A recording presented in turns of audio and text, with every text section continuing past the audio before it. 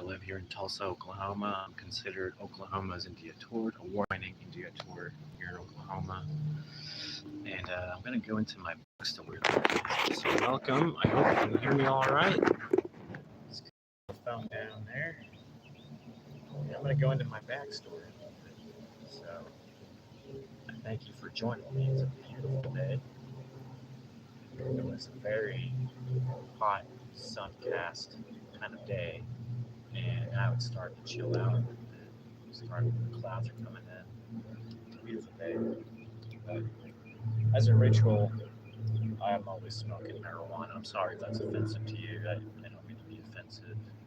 That's just what I do. I have my medical marijuana license, and I go to dispensaries down the street, and I pick one of these up, and I smoke them. I don't try to push it on people and say, hey, you should do this. No, this is what works for me. I've been through a lot, and part of why I smoke is part of my backstory I'm going to go into. And like I said, I just appreciate you being here. Give me a subscribe if you're surfing around. Give me a like and a share and all that stuff, because I am building my channel to 1,000. And I'm just sharing some of my mistakes and pitfalls and some of the things I've done that have,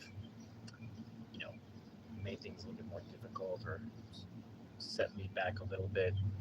And so I'm going to go into that, and I hope it's something that you can take away and learn and learn from my mistakes and try not to repeat them, because I certainly have learned my mistakes. And well, we'll see how long this video goes, because my battery is kind of low, but if we have to, we'll go inside the trailer and continue the conversation. But where to start? Well, we'll start by lighting this sucker up. So, I wasn't born in Tulsa, but I've certainly lived here a long time, and the first thing I remember when I first came to Tulsa was that it was the end of 3rd grade for me, and I came here to Jarman Elementary, where I met some neighborhood friends that I spent a lot of time with outside of school, and some that I didn't necessarily, but they kind of stuck around and whatnot. But anyways, I was born in Argentina, Buenos Aires, the capital. Buenos Aires is the capital of Argentina. All my family is from there. I speak fluent, completely fluent, what they call Castellano. It's a Spanish, it's an Argentinian flavor Spanish, if you will. And I picked it up from just living with my parents and growing up with my parents. They weren't born here; they're born in Argentina themselves, and the culture is so different. It's so different, and I felt like somebody who lives 2 worlds. I live a world at home, which is all Argentinian. Outside of that home, it's a different world. It's America, and it's different from home. It's much different from home, like my actual home, what I call my home. Because let's face it, I don't live necessarily an American lifestyle. I mean, of course, in some variations I do, but most typically I don't live a typical American lifestyle. I don't have some of the ideals that people have here. But those ideals can be found anywhere. They can be found in Argentina as well. But I would say Argentina has a flavor of a friendliness that you don't find here in Tulsa. And I'm being completely honest. People are friendly here. Don't get me wrong, but they're also a little self-serving and very Bible Belt. And then there's the people outside of that, outside the Bible Belt, and they're like the people that have their niches and they're artsy fartsy and whatnot. I'm artsy fartsy, so but I don't have a niche, but I'm trying to create one, or at least join one here in town for sure, because there's benefits to that. Being an outsider is tough, and so I'm definitely an outsider. I've always been an outsider. I think moving around as a child has positioned me to be more of an outsider, all my life. Not being able to make solid friendships or understand what it's like to make a solid friendship that's going to be there forever. Because growing up, I didn't have that. I moved around so much that I lost all the friendships that were, friendships. They were.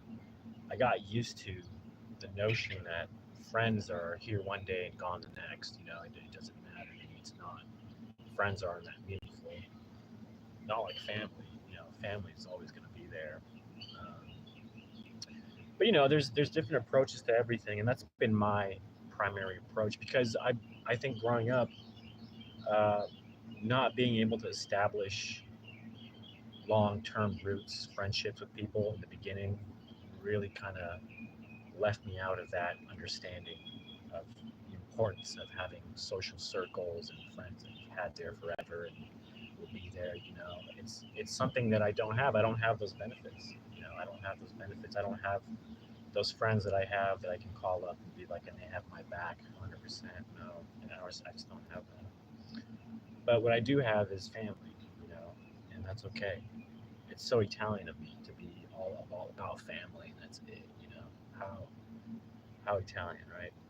The thing is, my family isn't big, and if you know anything about Italians, you go back to Italy. It's all about big families, and because my parents moved around so much, we got separated from family ties. I don't feel very connected to any of my aunts or grandpas or cousins, any of that. I mean, I'm such an Americanized Argentinian that I just lost those connections. I mean, there'll always be family. They'll always be there. I can call them up and be like, "Hey, how are you? How are you doing?" It's all good, but it's like I said, they're not here. I don't have the benefit of having an uncle that I can go to or a grandpa or and all that. I just don't have that.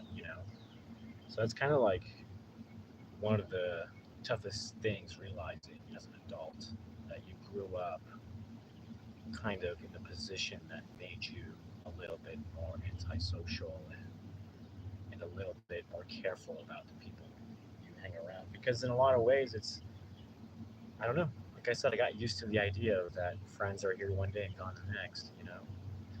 But I will say that I've been in Tulsa for a very long time, and I've had long friendships, short friendships, friendships that come and go.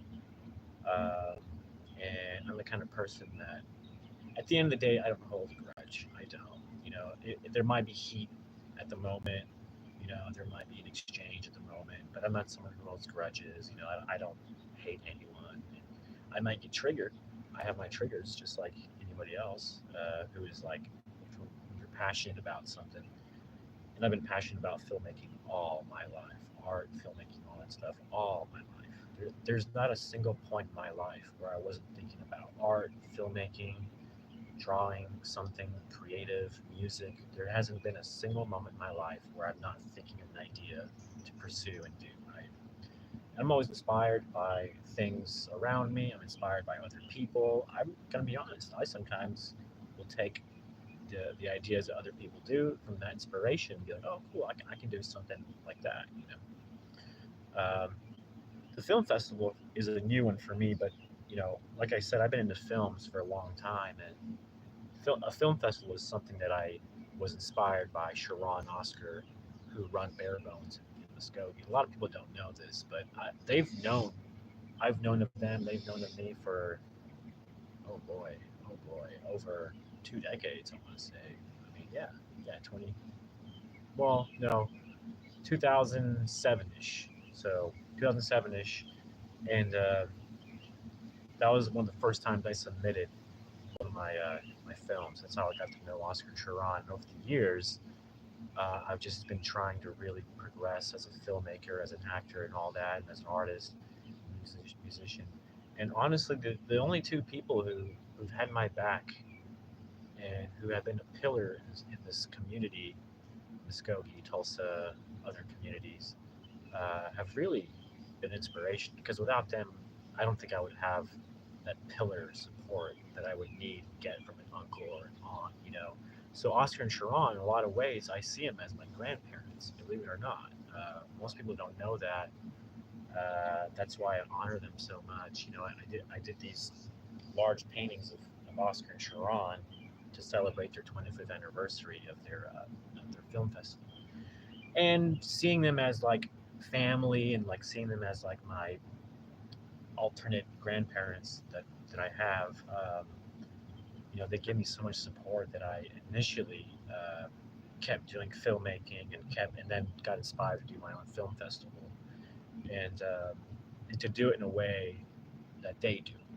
They're there to serve. You can tell they're really there to serve the people that show up, the filmmakers, all of that. So it's really fantastic what they do. And it's always been an inspiration. And that started in 2007. And in 2010, they nominated me India Tour of the Year, and I actually won. I won. It was pretty crazy. I was not expecting to win. My horror flick was nominated Best Feature. I thought I would get Best Feature, to be honest. At the very least, I didn't think I'd get that. I was up against people who made a production with $1 million. I was up against a famous comedian, Marlon Williams, and I was up against these talented student filmmakers from prestigious colleges that made their feature films. I didn't think I was going to win, and lo and behold, I won. And I think it's prime. And I was the first, like, Oklahoman residential filmmaker living in Oklahoma to ever win that award, by the way, and the youngest to win that award. And there's a lot of weight to that, and some people don't think so.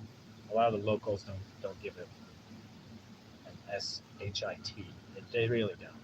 You think they would honor that and would be respectful? No, they don't care. They will step all over you like that. They will care less about you like that. One false move, you're done. You're done in their eyes. I'm not like that.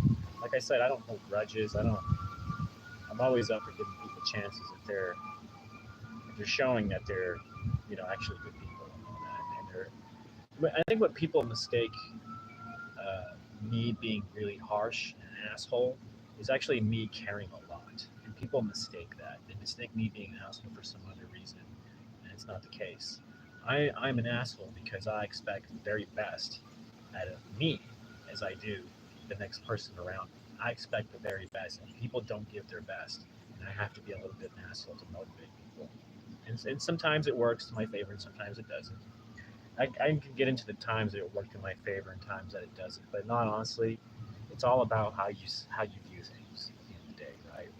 And I got to say, my experiences growing up, tough as they were, taught me how to be positive, resilient, and just those times where you just feel like quitting, you don't quit.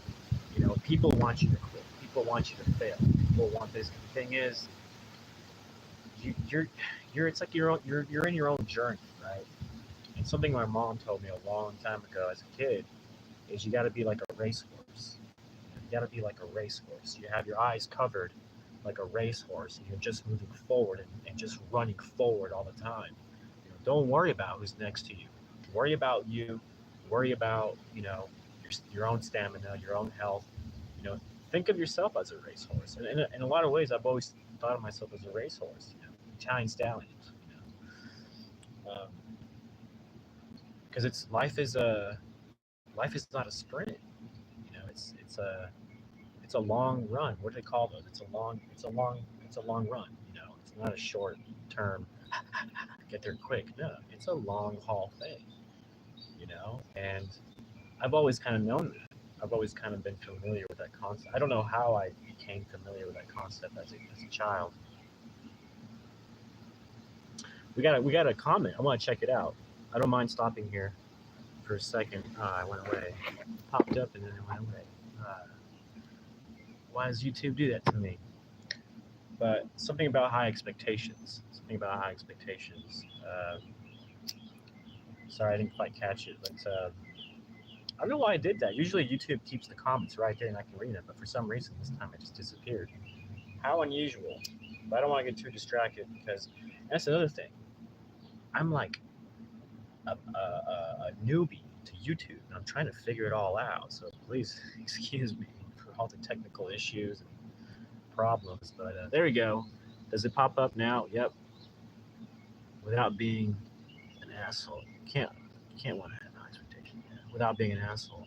Yeah, and you know what inspired me to be okay with being an asshole at certain times? Because there's certain times I'm the friendliest guy. I'm not trying to be mean on purpose. You know, I just get so I'm so motivated. I get so heated when you're dealing something that I'm super passionate about, and we're dealing something that I know I deserve, and I'm not getting it. You know, you're getting shortchanged in life, and a lot of that I used to try to like point the finger and be like, well, so and this and this and that and that. And I've learned that I did it mostly for marketing purposes because I was experimenting with that. They say there's no such thing as bad press. Well, it could destroy a community that you're building, and that's no good. So that's a hard lesson I learned. And it's not something I did on purpose. It was just experimental. I was in a weird place. I was like, I lost a lot. I was depressed. I was in a dark place. And it's so easy to fall in a dark place. You have to be mentally strong to ride out the hard times, the painful times, the setbacks. You have to have the resilience.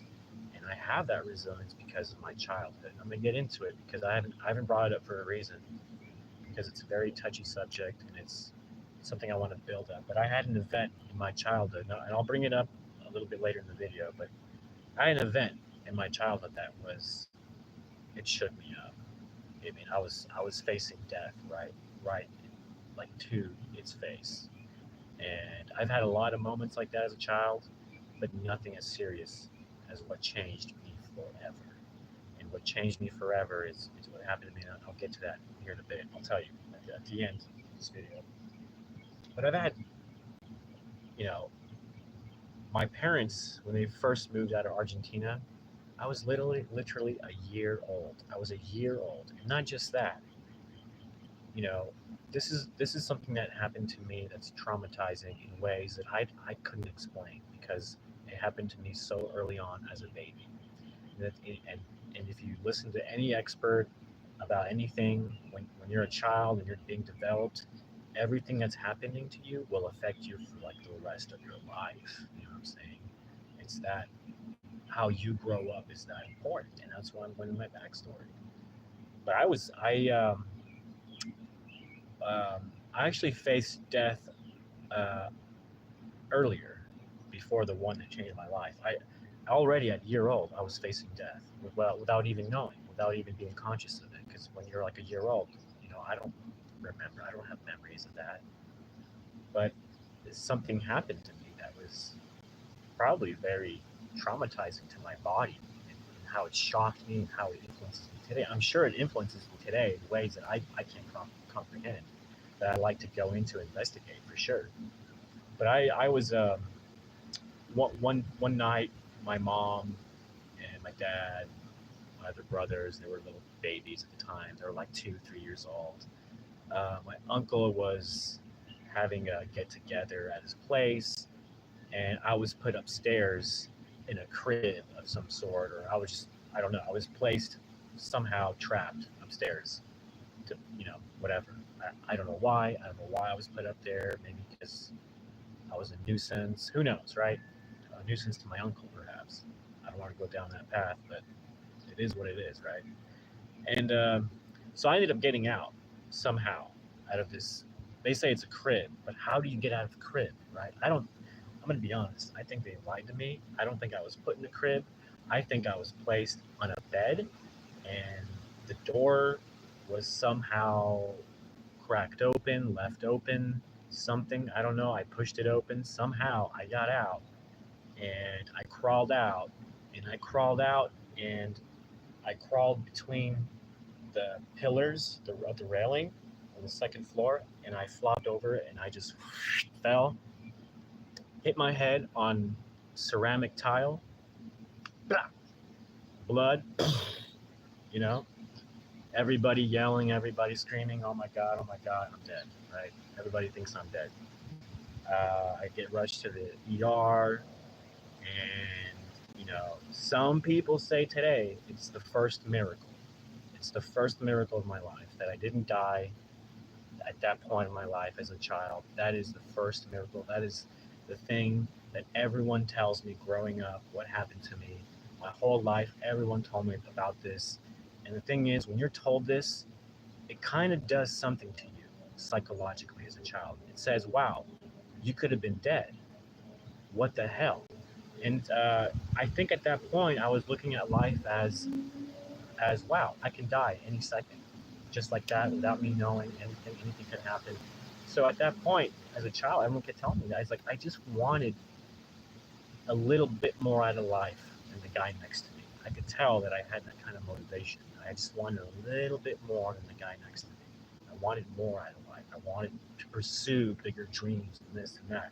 But I didn't really get there until I was 13, which I faced again, was facing death straight on. Um, and I'll get to that story here later towards the video because it's what really solidified my resilience and what I believe is miracles that happen in my life. I'm just going to be honest about it. I wholeheartedly believe in this to be miracles, and which has always psychologically fed me a few things. One, I'm supposed to do something great in this life. I don't know what it is. I'm supposed to do something so great, so enormous that that's why there's been so many miracles in my life and why I'm not dead today. That's just how I feel about it. Sometimes when life is slow, there's nothing happening, I feel like I'm not doing what I'm supposed to be doing. I don't know. It's a weird feeling. It's a really weird feeling when I'm just.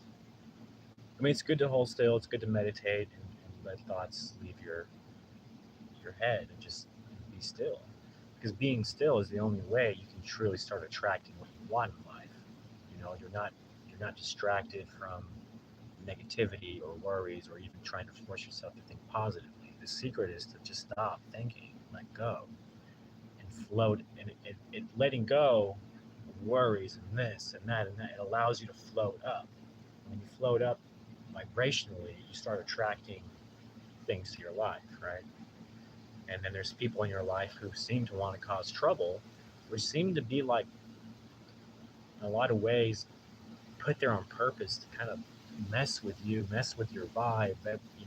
It's almost like the universe testing you, And I could say that I had some really crazy experiences growing up where I've always felt like the universe was really watching over me, not just watching over me, but giving me signs and warnings, giving me what feels like angels, like perfect angels protecting me or finding me when I'm in trouble, in deep trouble.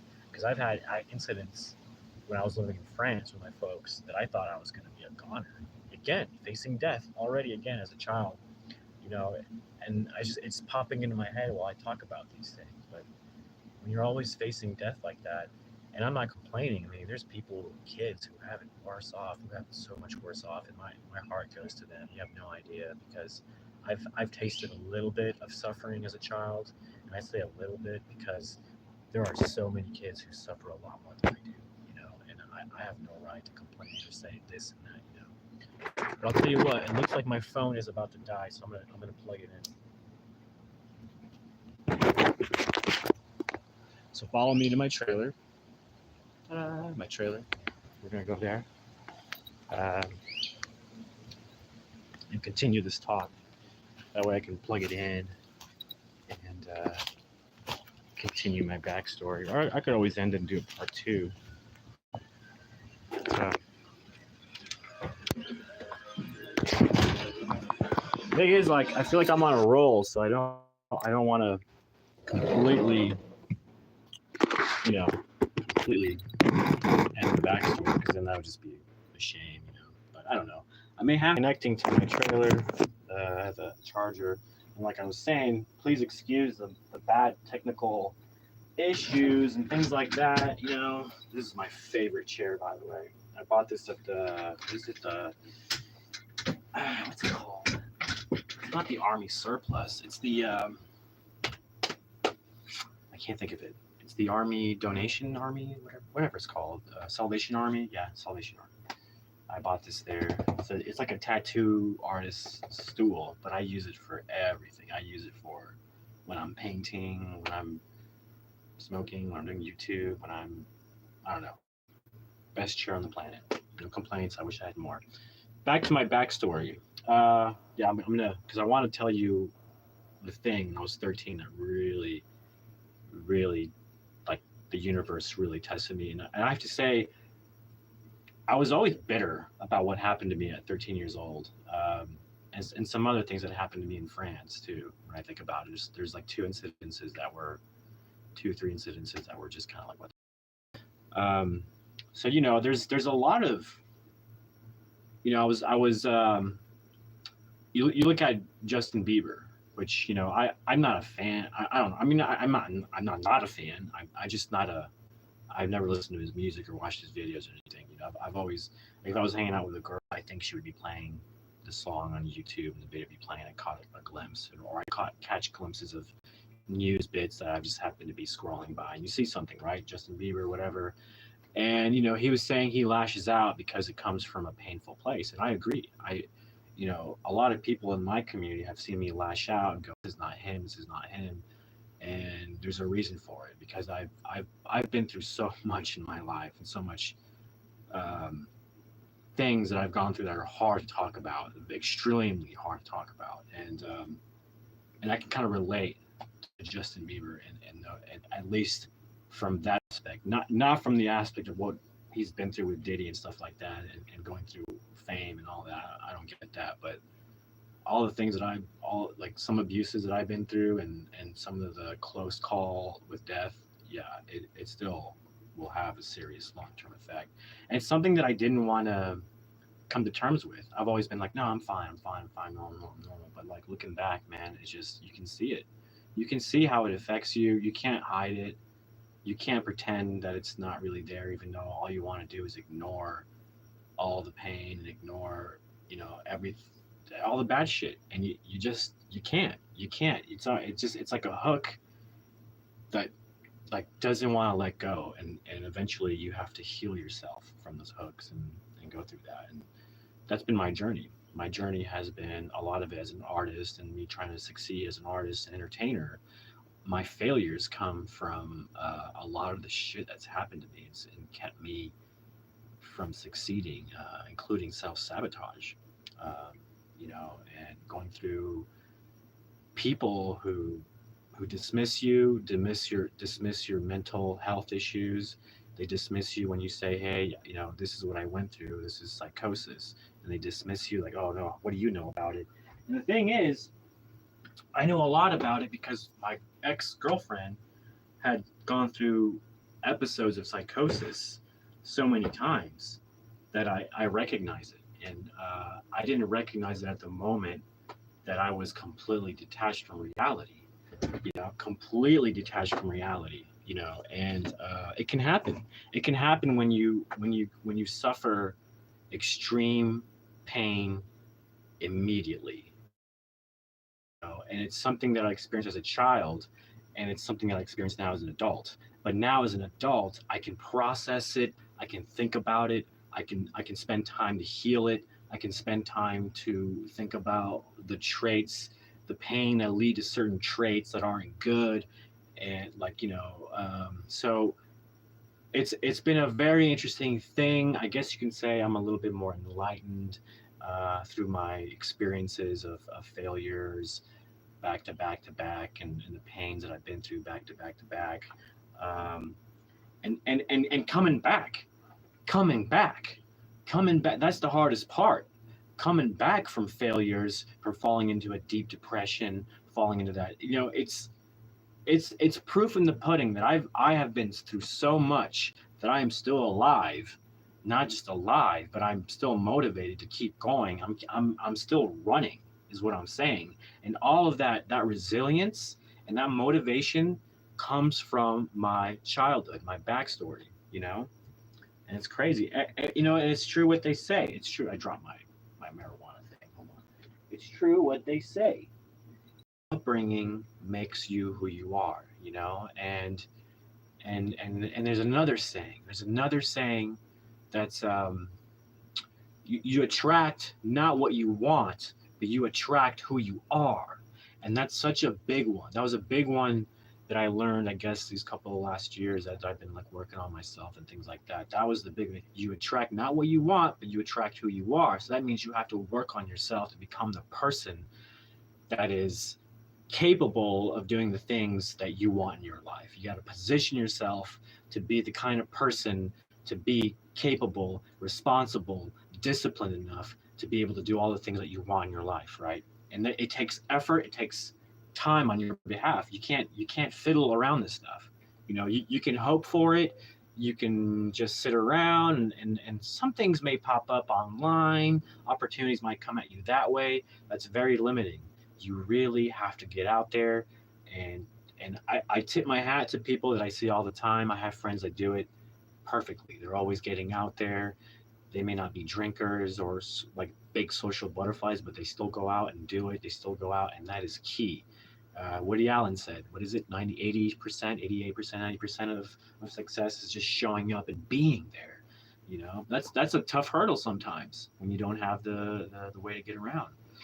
But connecting with people online is still a way to get around. And building this channel is another thing for me, another way to connect with people and grow with people and look back and learn about myself. And because this is a lot, in a lot of ways, it's like an old school vlog. It's an old school way of of doing a daily diary where I don't have to spend time writing, because I'm already writing. I'm writing other things, and writing is already sucking my energy with other projects. I don't want to have to sit down and write a journal out. I really feel the need to talk and speak, and so this was it for me, right? So I'm dedicating this year, this channel, to growing to 1,000 subscribers, and we're at 675, 73, around there. So I appreciate the people hanging out and listening to my backstory. And like I said, I'm going to get into what happened to me when I was 13 years old. Please don't judge me. I don't mean to offend, but I do smoke marijuana. Part of my life, part of who I am. I'm not trying to make it cool, or I'm not pushing it. I'm not selling it. Just who I am and what I do. Pardons.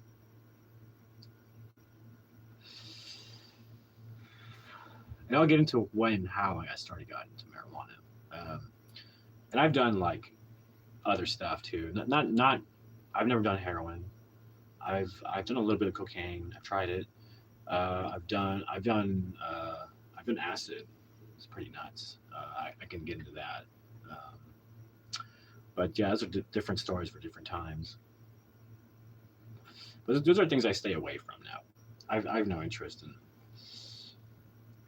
looking into that, or pursuing that. I just don't.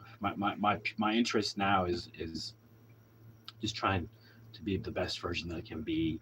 And a lot of that had to do with going back and assessing my childhood and everything. So in a lot of ways, this is probably why I'm doing this, my backstory, and kind of teaching that. But um, eventually, when I do a backstory part 2, part 3, part 4, like I will get into my failures. I will in the film industry and some of the successes as well that I've had. It's not all bad. There's been some really good successes, so I can't completely dismiss it all.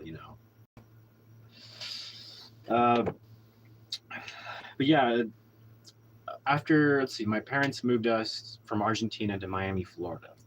I was 1 year old. I'd already experienced a very traumatizing thing. I fell from a second-story floor through the railings, through the railings of a stairway thing. I fell through, hit my head, skull split open, rushed to the hospital.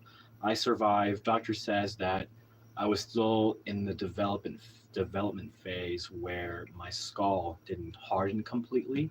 So in a weird way, the fact that it wasn't hardened actually was a good thing. And it didn't crack anything. It didn't cause any serious damage. All that happened was it softened the blow in a lot of ways. So I got very. That's what they say. And honestly, I don't think they can truly explain why my skull wasn't completely bashed in, because it should have been, to be honest. Maybe I landed on my legs and then hit my head, or it was just a miracle. It was a miracle, the first miracle of my life that I like to say. Um, but yeah, the fact that I had brothers growing up is another miracle. Life itself is such a miracle to me. It's such a because of all the close calls I've had. And that's another reason why I don't try to look for trouble all that much. Um, because I want to be here for the long run. I do. I feel like I'm starting to finally get on grasp on how to be successful, and I don't want to give up. I'm getting into like Michael Jordan mode. I feel I'm not as young as he was when he blew up, but I've had my moments. But I still feel like, yeah, I feel like the aging has a little bit of like I want to say a tiny bit, but it hasn't completely affected me in a way that I'm just like, uh, you know, I'm really good. Like I feel really young for my age. I really do. Um, I think a lot of it is because I don't really drink a lot. Now lately, as an adult, I'm not gonna lie, I'll have like literally 3 beers. Like that's my go-to, 3 beers, which is crazy, but I do that once a month, you know. So I do it to unwind, to kill some brain cells, because all I do is I kill myself. I'm so disciplined. I kill myself, kill myself on like either being fit, healthy, learning something new. I'm just always motivated to keep going. I'm never stale. I do give myself downtime, but that downtime, whether it's watching a TV show or something, I'm always like assessing the show. I'm always studying the actors. I'm always doing something. It never stops. Um, it stops when I'm with women. I'm a bit of a go-getter. I'm lucky that I have some looks and a little bit of charm and a little bit of confidence enough to get some girls. I've gotten pretty good at it over the years. Before I was a shy disaster of a young man. Oh my goodness. Pardon my backstory. I think I was so shy in the first place was because of all the things that happened to me, and I was just afraid of people judging me and me just saying the wrong thing, or me getting mad or something triggering me and I say something that explodes. And the only time that I've only been triggered and atomically exploded and all that is when it has something to do with something I really care about, whether it's family, somebody I love gets hurt, or they're acting in a way that's really hurtful and it hurts me. But that's another part of the story that I'll get into, some of the women I've dated and how they've affected me and how they've scarred me and how I've learned and grown from those things and how I don't resent them at all. I don't have any anger towards them in those moments, perhaps, but they've taught me a lot. I see them as life teachers in a way. People I've learned some things, and people you come across have a lot of them have something to teach you. So always keep that in mind. Be lucky if you haven't been dating a lot, because once you do, you're going to be in the mix of things. You're going to start learning how to be with a woman if you've never have, and it's tricky. It's not as easy as you think. There's a lot that goes into it that a lot of guys feel they're pretty clueless, and I've been lucky through my trials and errors, and I'm not gonna lie, I'm really good at it. I'm getting pretty good at it as a bachelor. I'm not gonna toot my horn and say, oh, I got ladies all around my shoulder. I'm just pouring money on them. And no, it's not nothing like that. I have really decent like relationships. I feel like with these women now. It's getting better. I feel like in a weird way. I don't know. I think it has a lot to do with me fixing myself and getting older, and you just realize, hey, these are some cool people in my life that I really appreciate what they've done for me. The good things. They've done a lot of good things. Um, that's going to be part of my backstory in the future. But yeah, so I grew up in a little bit in Miami with my brothers. I went to this school called Oliver Hoover, and I remember getting into trouble a bit later in the school year when I started to talk. And as soon as my mouth started to open, I would get in trouble. And it's the weirdest thing. It happens to me today. I'll just go with it. I don't care how much trouble comes my way. I can take it, I guess. But I don't want to be that way anymore. I'm trying to turn a new page and be different, completely different, to life, and really practice the philosophies that I'm really getting into and learning about. Um, so yeah, everything's going to change from now on, and everything that I've been doing months prior to be a better version of myself is really working. I think I had my critics, but at the end of the day, doing these vlogs and being able to reassess myself has really been great. Whether I get views or not, it doesn't matter. It wasn't the point. The point was I was able to get my SHIT out that's been bothering me, the festering me, the worries, just get it out. And I'm able to watch myself and be like, who is this guy? He's got problems. And months of doing that has really changed my life. It really has, incredibly. And the fact that I get to connect with people on here, the fact I get views, subscribers, that's like a bonus. Because I'm not, yes, I have a goal this year to get 1,000 subscribers, but I don't know what I'm going for. You know what I mean? I'm not trying to welcome to the channel where we talk about cameras all day. No, this is just me. I'm having a dialogue with you. If you find it interesting, cool. If you don't, okay, well, I'm sorry. Turn the page. Growing up in Miami, Florida was fun. I got to go to the beach a lot. I got to go to Disney World 2 times. 2 times. 2 times. I remember as a kid, my father driving us in an old station wagon Chevy Celebrity. We were sitting in the back, those seats that pop up, and we were sitting in the back. YouTube is like your therapist. Yeah, seriously, I don't have to pay it though. It's kind of nice. Talking about that kind of thing, there's this thing that popped up on my radar, becoming like an actual counselor and artist. So I'm actually going to think about that, and if I pursue that, it's going to be an adult thing that I do. Welcome to adulthood, But I've been swinging around this idea of becoming a counselor of some sort to help out. And I guess part of telling my backstory and maybe trying to tell a story worth telling that can help somebody out who may be interested in art or filmmaking or acting or anything that I've been doing in my life, is curious about what motivates me, how I did it, how I did all my short films, how I was able to do it with zero money, zero connections, zero everything. It was all just pure willpower because, like I said, I came so close to death so early in my childhood that I was like, I want to be this when I grow up, Hey, yeah. Oh, yeah, right. I get distracted so easily. No, you're good. Let's get back to it. Yeah. So the station wagon. Google, okay, if you want to Google an interesting vehicle that's looking like retro maybe these days, Google Chevy Celebrity station wagon.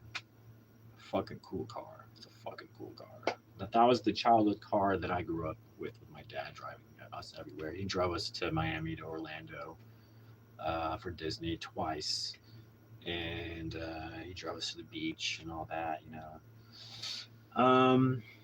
But it was sweet because it felt like it was rigged for a drive-through movie where you could park the car, seat up, and had speakers that it looked like it was set up for that. So it was kind of interesting. So those were some really fun experiences. I can't complain. Riding those rides, going into it's a small world after all. It's a small, that what I'm talking about in Epcot Center. Well, I did all that as a kid. That was a lot of fun. The King Kong thing was pretty cool. That was fun. The Jaws. I rode the Jaws thing at the other park because we went to Universal Studios. We went to Busch Gardens at one point. A lot of fun. Six Flags. We were pretty big into that. Anyways, right? Not all bad experiences, right? Some good ones. So I can't complain. But the bad ones, is what really formed who I am today. So after living in Miami for a bit, which was it felt like a heaven. The only bad experiences I had was in elementary school. I had a couple of bad, weird experiences.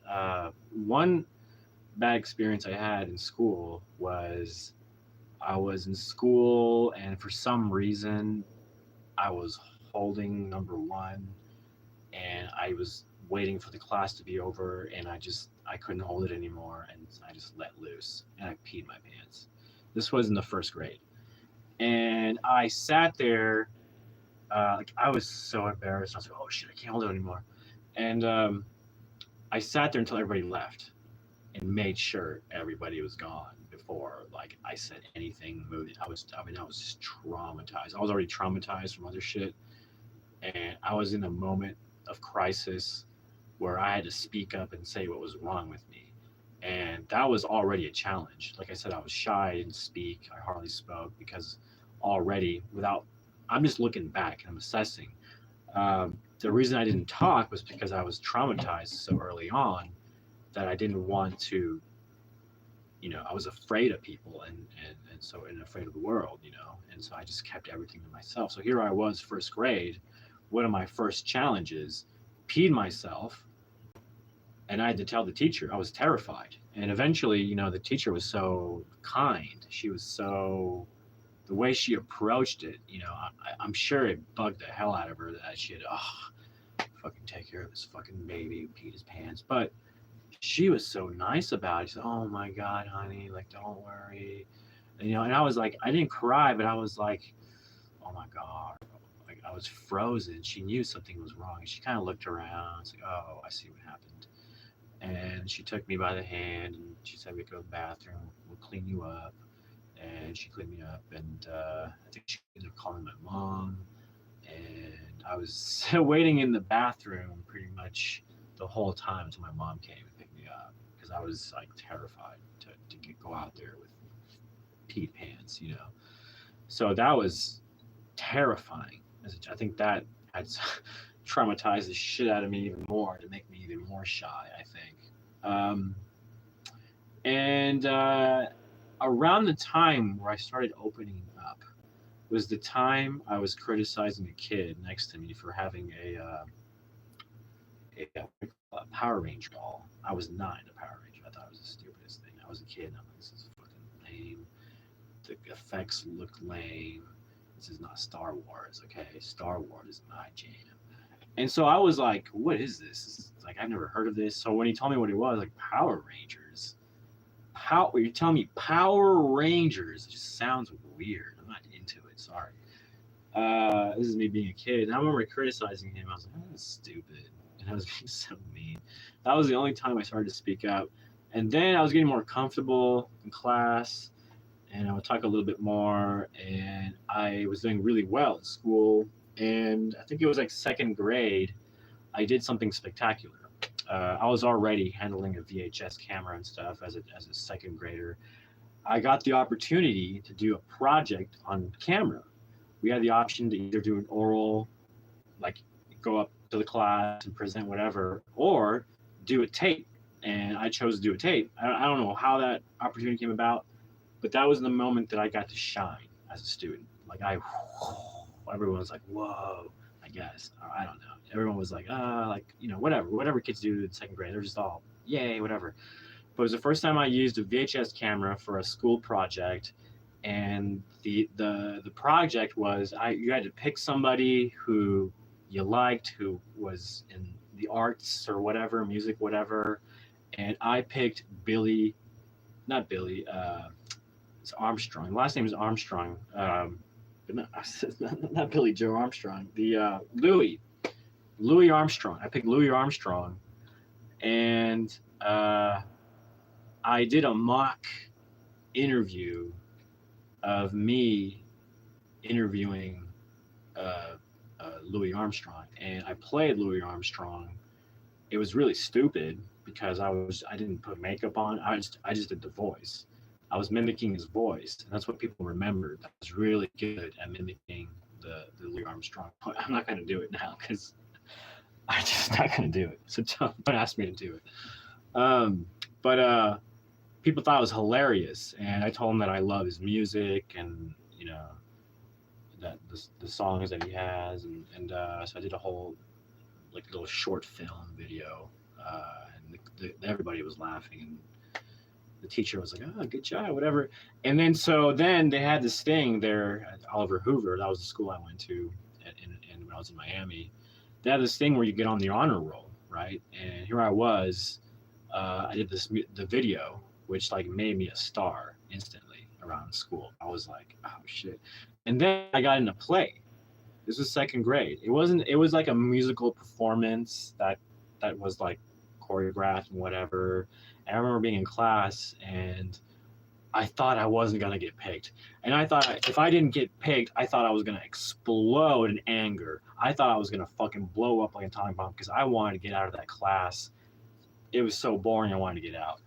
And no offense to the teachers and all that, but I think it was just because I hated being around people. I was not because I hated being around. I just was so, I was so traumatized. I didn't want to be around people, and I was already kind of grumpy as a second grader. And I was picked to be on the honor roll. When you get picked to be on the honor roll, they do this thing where you go on TV, on the school TV, and you get interviewed, and you're on TV, which was great. I was already thinking, sweet, more star power, right? And so I was like, oh, hooray, hooray! Everything was going well, and as things were going well, I started to open up myself a little more. And when I opened up myself a little more, it turned out I'm a little shit. So I couldn't stop talking. I was talking over the teacher because I was excited and I didn't know I was. And I was like, oh, can you believe it? And they took it away from me. They took away my honor roll. It was the first time I was banned or whatever. Second grade. Second grade, they took away my honor roll thing. I didn't get to go on TV interview.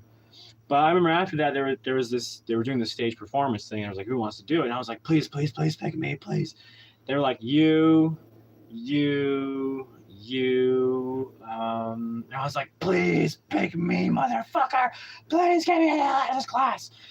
And this is second, I wasn't saying that, but in my head, I was thinking that. And then, and finally, they were like, because I was like, motherfucker, pick me, motherfucker. You know, everybody. I was like signaling, like Batman signal, everything, and I didn't care what it was. I wanted to get the fuck out of that class. I didn't care what the performance was. Lo and behold, it was something I didn't really want to do, but I did it anyways. So I got out of class and I did the performance, and it was this like Latin American music thing. And it was like, and it's like you got all the kids to line up, and this like. It was these white shirts and pink outfits, pink pants, and these like little straw hats, and we had to get in a circle and just do a little cha-cha. That's all it was. That's all it was. It was for a bigger show, but I have no idea what the show was. I think it was like for choir, like the fourth grade, fifth grade choir that they did stuff. I think my brother did one of those. They sang Under the Sea from Little Mermaid. Under the Sea. Anyways, yeah. So, oh yeah, music was big in Miami. Like when you went to school, they did the whole taking music classes and do the recorder, do the bells, and all kinds of shit. I guess that's where I was first introduced to music. But honestly, my dad introduced me to music first, like the Beatles. Like as soon as I can remember listening to music, like being conscious of being alive, Beatles was the first thing that I've ever heard as music. And then it was like the Beach Boys and whatever was on the radio in Miami. And then what changed my life as far as musical tastes go and like everything, one of our neighbors in Miami moved from California and was our neighbor and was kind of in the same grade as my older brother. Like it was like fifth grade or something, I don't know, something like that. And I remember them being, my older brothers being fifth graders, fourth graders, and thinking how cool that was. Oh my God, they're so older, they're fourth, fifth grade, they're so cool. Anyways, that neighbor got us to borrow a CD, 2 CDs, I think, or maybe my older brother ended up buying one. But it was like, one of them was Green Day Dookie. That was literally my first album as a child, was Green Day Dookie. And then Offspring was another album that we got from there. And then that changed music taste for me forever. I mean, this was like second, third grade for me. I went from Louis Armstrong to Scatman's World to punk music like that. Like I was hooked. And and it was that experience of listening to that album as a child that made me go, I want to fucking do this. I want to be just like this, And so I remember like in high school, I was starting my was starting to play guitar, and most of my pastime in high school was doing theater and playing guitar. That's all I did. That's all I did. Before that, it was paintings, and I was winning first prize ribbons with all my paintings, like from third grade all the way to like high school, essentially. I stopped my last year of high school, but I remember winning art student of the year during my high school years. I won art student of the year. It was a big deal. It was a big deal to me. It felt really nice. And I also won through the theater. I won best engineer because I ran sound and lights for the shows during high school. And I won. Thank you, Troy Powell. I went to his, I don't know if it's famous Troy Powell classes in Union. He was tough, but fair and funny and great and sometimes mean, but he had that thing where he wanted to pull the best out of everybody. And I was there like flying the wall. I wanted to act. I knew I had the knack for it. I'd taken acting classes during high school, 8th grade, 9th grade. I was doing their drama classes and I was doing really well. I started doing videos on like mock commercial. I did a mock commercial. I was making the whole class laugh, and lo and behold, I didn't know I was doing it again. I was creating that like momentum about myself, and the girls were really liking me and this and that, but I was so shy. I just shut the whole world. As soon as I was on stage, because I had to be for class, I got off stage, the world was shut to me. I just shut down. I didn't care if the hottest chick and the most popular girl in school liked me and was in the same class. It didn't matter. I was shut off because I was so traumatized. And I remember she wrote in my yearbook, she said, "Don't ever change." And she said I was really cute, and this and blah, blah, blah. And I thought, yeah, I got to miss out. But in a lot of ways, I'm glad. I was one of those kids that was really good. I didn't get into anything bad. I didn't get into any kind of sexual activities with girls, although, I mean, I look back and talk to some of the students, some of the people now that were students in my class, they're like, oh my God, they were whores. Straight up whores. They were all sleeping with each other. I didn't know. But yeah, that's why I was so traumatized. I didn't participate with anyone. I think I had my neighborhood friends that I just happened to cross paths with. I had a Turkish friend that I was really good friends with. All we did was make little fucking funny videos. That's all we did. Me and my Turkish friend, that's all we did was make funny videos and load them up to the computer. And the thing is, YouTube was starting to come about when I was doing these videos with my friends. And we never thought about uploading them to YouTube. Believe it or not, we were just doing it because we were having fun. We weren't trying to like grow an audience or a channel. I had no interest.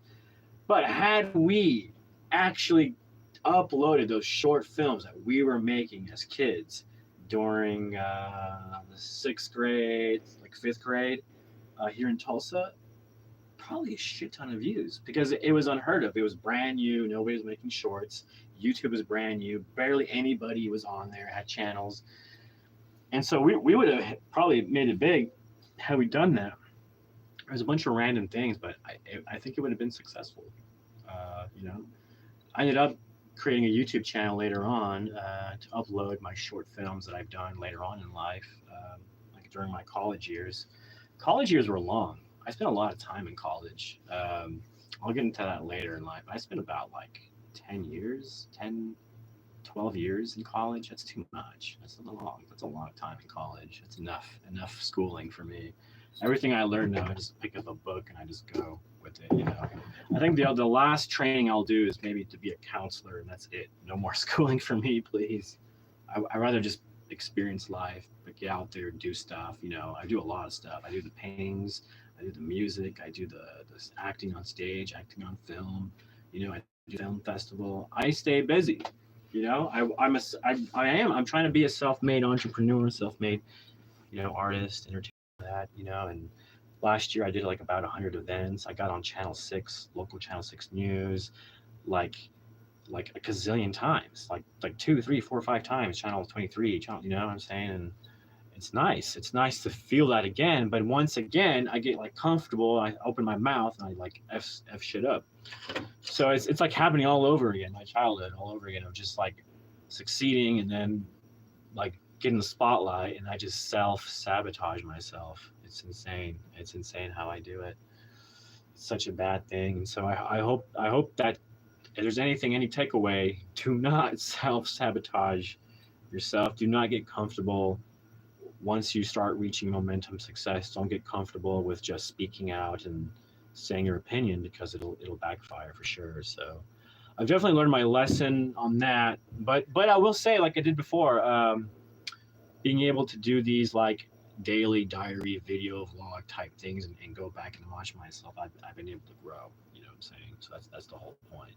Even physically, I'll go on and be like, oh yeah, I look pretty good, or no, I don't look good. I'm gonna work on myself a little better, because I wanna have the energy, I wanna have the muscle, I wanna have the stamina for all the things that I do. You know, the brain power. It's a lot. It's a lot what I'm trying to accomplish as one person. You know, including the feature films that I have. I have 2 documentaries, Volume 1, Volume 2. You can find on my channel. I think there's a trailer, like it's one of the spotlighted videos. You can watch the trailer. It's basically my story, of my backstory, essentially, up to now. And I'm working on Volume 3. Which is going to be a book first, and then with enough funding, I can do Volume 3 as a SAG project, as a low indie SAG project. It'll be a lot of fun, because it includes a documentary style approach of my journey, and it includes short films that I create along the way. So Volume 3, the book, is essentially my life story continuing, plus scripts of like short films that can be made. So the idea is, by selling this book, I can put myself out there more, and with the money, perhaps buy more weed. I'm just being honest. Buy more weed, buy more salmon, buy more cat food and dog food for my pets, and invest in the T-shirts that I want to make and sell. I have a whole line of T-shirts. I've already have a brand name for my T-shirt line, and I have different designs I want to do. And I want to get my punk side out. I want to get my film side out. I want to get my, some of the sayings I have, put them on here, and some of the sayings I've heard, and do like a remix on it. Put it out there my own way. Yeah, great. I have great ideas. So my hope is to, I think the first, like I said, my goal right now is to reach 1,000 subscribers, and I think it opens up the access to have a store. So that's my goal. Anyways,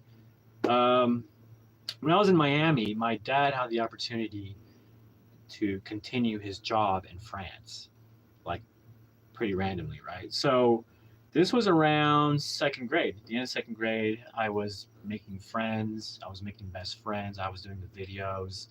I was getting into movie making and acting already. And I was establishing myself already as a second grader as an artist. And when we moved, like looking back, it really, really just effed up a lot of shit when it came to that. I kind of continued doing more acting, more of this. But when we moved to France, it was like I was in a new world, new school. I lost access to the arts, to the stage, to everything, right? I was at this amazing school. So when we went to France, my dad went there. We stayed for a year, and I went to this school that was very small. It was like an elementary school, right? It was I want to say my third grade. Yeah, third grade experience was in a school in Valbonne. Valbonne is near Nice. Nice is in France. It's spelled Nice. And so that was in France. Yeah, I had a crazy experience where I almost drowned in France. I had some other experiences as well, skiing that left me stranded. And I was like a little third grader, thought I was gonna die. Yeah, I was in this school. Everybody spoke French. Every class was in French, and except the English class. When it came to the English class, it was like an hour long, right? Whatever. I was the star. Everybody, because I was, the only American in the class. There was an English guy. I think he had different whatever. William and Eric from New York. So I became really good friends with Eric and William, and I remember that was the first time that I first had like best buds, really good friends. I was starting to develop that in Miami, but then I lost it. And when I had my best friends in France, and when we moved back to the States, I lost my best friends. It sucked. But these guys, yeah, one was from New York, one was from England. He had a British accent, and we did a lot of stuff together, man. We did a lot of stuff together. It's incredible all the stuff we did and all the stuff we accomplished. But it took me away. It took me away from being in stage. It took me away from art. My whole experience in France was learning a new language, learning how to navigate in this different way of life, the people of different cultures, different everything, right? We went from a Hispanic culture with Cubans and all kinds of Hispanics in Miami, right? And moving into a completely different atmosphere, all French culture. Amazing, by the way, amazing experience. And the company paid for my dad's house, and we were living in this like amazing house. It was set on a mountainside, and it was like 3 stories in a way, but it was small. It had a very small kitchen, old fashioned, like just imagine like being in France and seeing a French style house, right? Small, old style windows that popped open and had like the rough iron that you had to turn. It was all like really rough, and the windows were really thick, and the wood was really thick, and everything was so nice, really nicely built, but old school. Old school. Stove was old school. Everything was old school. The kitchen was small, cramped. Living room was fairly big. There was a bedroom, and I think there was one bedroom for us. And then you go down one, and there was like these guest bedrooms that me and my brothers would take over to sleep in. But it was like, so think of a mountainside. Here's the first part of the house. Here's the second part of the house, and then there was like this third floor where the pool was, and that was amazing. That was where I almost fucking drowned, and I don't think anybody knows the story because I was alone when I fell into the pool, and I had to get out myself. I was terrified, but it wasn't as terrified as some of the other moments when I was facing death. But I remember it was like the day of my birthday, and I was all dressed up, and there was guests coming, and it happened. The incident happened right before the party started. How embarrassing, right? It was like the pee my pants story all over again, but instead I just fell in the pool like an idiot. I don't know what I was doing. I had a fucking one of those netting things that you pick up bugs, and I had it to where I had it flipped over where it was like the pole, and there was a boat floating, and I was just hitting it. I was hitting the boat, and this floating boat, it was a little plastic boat. I was just trying to make it sink, and for some reason, I was like, I got the bright idea of just sticking the whole pole on the boat and all my weight on it and just continue to go down. And I went down and I went down, and I fell in the pool, like in the boat just floated back up. I fell in the pool with the pole, going down, going down, going down. And I was like, oh, fuck, these shoes are heavy. Holy fuck, these shoes are heavy. I'm going down. So the first thing I did was like kick off my shoes. I swam back up and was like, holy fuck, I almost died. I almost suicided myself like an idiot. Oh my god, that was actually I had another second time where I was close to drowning. That was the first time I could feel the air needing to come in, and my body was like, I was like, you need air now, like past now, you need air fucking now. And I'm just holding it in. I'm like, and once you surface, it's like, holy fuck! I'm glad I held that in because the body wants it. The body wants the air really bad. It's just like just begging for it, and you just got to hold. And I held and held and held because I knew if I sucked in any water, that was it for me. I was fucked. Nobody knew where I was, So I was like, fuck. Drown on my birthday? No, thank you. In a foreign country? No, thank you. Not for me. I didn't sign up for that one. So I went into the house, and I told my mom, like, fuck, I fell in the pool. It made it seem like no big deal.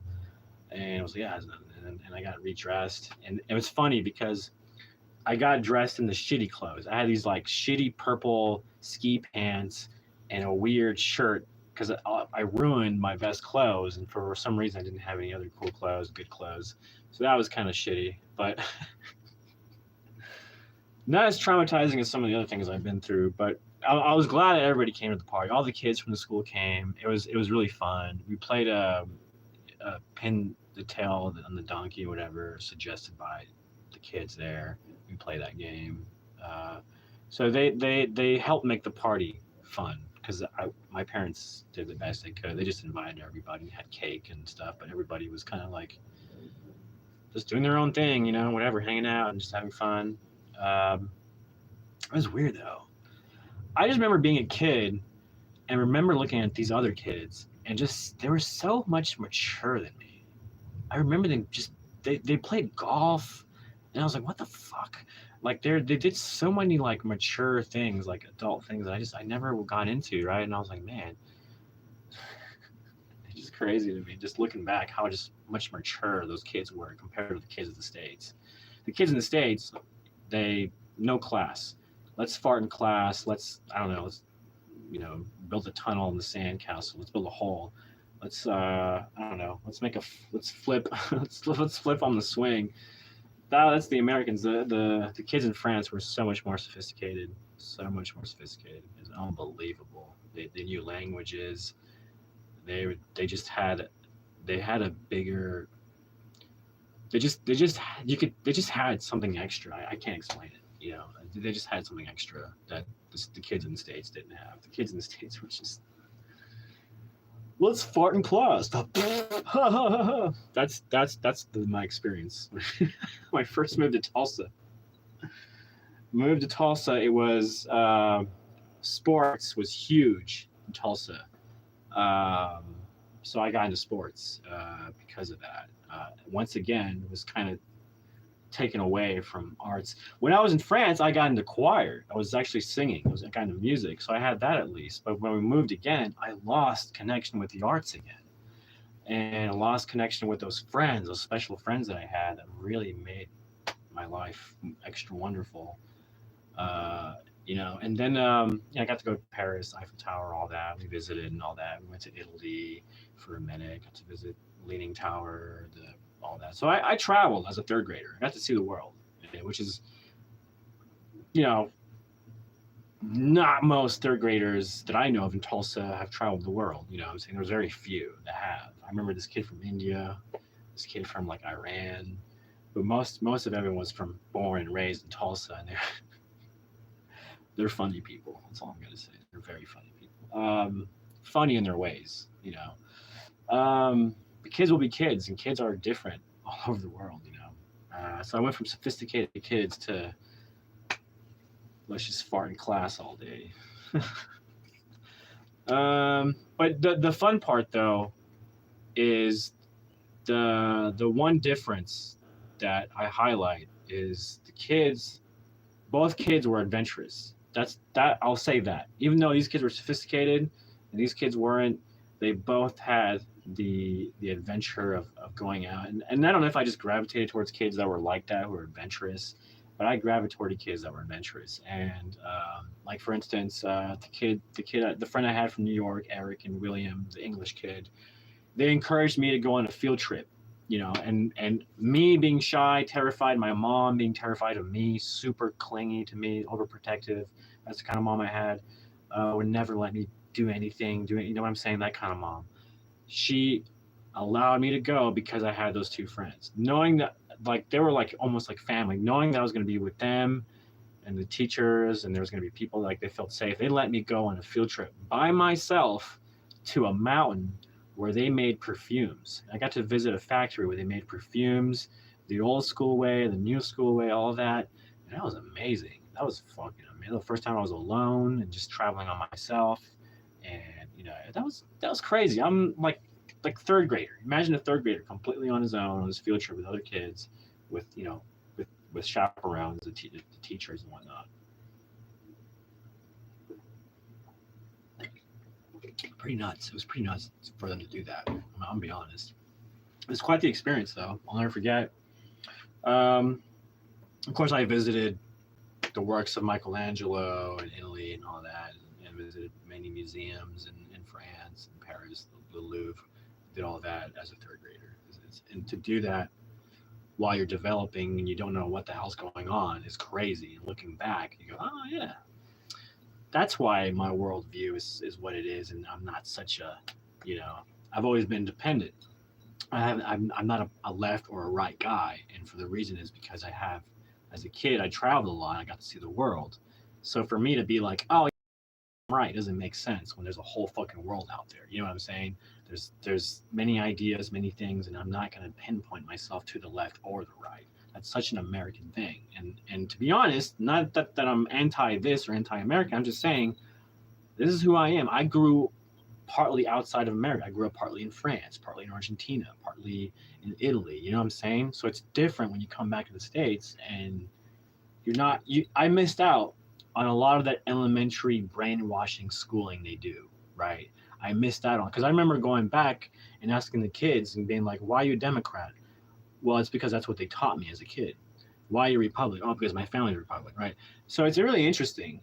So I missed out on being brainwashed here, the politics as a child. I'm sure they do something. I'm sure they do something. I'm sure because every time I talk to a Democrat, it's like, well, I was just told to be that. They don't have like, oh, that's what I pick. No, they were told to be that. They were habitually integrated to believe this is the right American way to be, the Democrat. Completely brainwashed. Call it whatever you will. Call it whatever you will. I don't care. I'm not trying. I'm not bashing on it. I'm just saying this is the system I see as an international person who's lived internationally, living in the States. This is how I felt always and how I see things because I've had that experience of being pulled out of the system and then being dropped in and then being like, why are you like this? Why are you so Democrat now? Like, why? Like, interesting. Like, why are you so Republican? Like, interesting. You guys fight all the time? This is how it works here? Huh. And, I don't know. I was, presidents always seem like they were propped up puppets. They were in the know more than the audience, right? To me, and I've always felt that way. I've always felt that. And don't. I'm not saying this is the way it is. I'm not saying this is what they do. No, no, no. I'm saying this is how I feel about it, how I see things, and it might be completely wrong, but just it's just what it is and how I feel. My feelings, okay? My feelings are not facts, okay? So let's just put it out there so I don't get fucking banned out there. Um, but essentially, yeah, I didn't buy into the politics here at all. I don't buy into the right or left. I just see whatever. I see a game that we all play. We all have to go vote, which honestly we don't. Can you imagine if nobody voted and just, we all decided, like all together as a country, we're not going to vote because you are not really picking the guy you want. They pick players for you. They set up the players, and you go, like you go into McDonald's and you go, who do you want to choose? Hamburger 1, hamburger 2, hamburger 3, hamburger 4. And you think it's not rigged? Whatever, dude. Think what you may. I'm not saying it is. I'm not saying it isn't. I'm saying if I was in a power of authority, and I was running the country, if I was CIA and this and that, first of all, I wouldn't tell the American public nothing. I would just tell them what they want to hear. I would set up puppets as president so I can do whatever I want in the long run internationally because who cares? Americans only care about their hamburgers, their job, and the sex and the drugs and the TV. I'm not being an asshole. I'm just calling it for what it is. We all love our entertainment. I love my entertainment. Do not take away my Seinfeld. Dude, I will. Do not take away my Seinfeld. Do not take away my Walking Dead. I will bust a cap. This cap, I will bust it. So I'm the same way. Don't take away my fast food. I'm guilty as anybody else. I eat healthy salmon every now and then. I'm just too busy. I cave in. I go for the McDonald's. Not really McDonald's. I go for the Brahms. Brahms is the thing here in Oklahoma, Tulsa. I go for the Brahms. I go for the Sonic. But Wendy's is my thing. I'm not gonna lie. I try to avoid it because it is my thing. It's such. Wendy's is my addiction. It's so bad. The frosty cone with the spicy chicken sandwich. I'm already drilling. My weakness, it's my kryptonite. I stay away from it because I know how unhealthy it is. But it's like to me. And then there's Bricktown subs, Firehouse subs. I love Firehouse subs. I don't care if you hate it. If you think I'm a douche for loving Firehouse Subs. I don't care. I like their sandwiches. I like their sauces. I like their spicy peach sauce. Oh yeah, I fucking love salmon. Oh my goodness, salmon is my go-to. Like for to eat healthy, to try to get healthy nutrients for the brain, especially. They say salmon's really good for the brain. So you know, so yeah, I fucking love salmon. Sushi, I'll eat sushi. All that stuff, you know. But I stay away from spicy because when you add spicy into the mix, it kind of makes it a little bit bad for your stomach. And I don't want to. I'm getting old. The spicy is getting to me now. You know, gotta watch out. I'll tell you how old I am. You can guess. I'll tell you the end. I'll tell you my traumatic story, and then I'll tell you my age. But because you're not gonna believe how old I am. Well, nowadays you can believe it. But a few years back, people were like, "How old are you?" No way. You're much younger than that. I don't believe you. Um, I'm starting to. I think it's the smoking. It's starting to catch up. Age. The smoking is the only thing I do. I'm sure it has a bad effect on my DNA and genetics, but I love it. You know, I love it. What can I tell you? I love it. So get off my bed. All right. That's all I do. That's all I do. All I do is probably a bad habit. Maybe it's not a bad habit.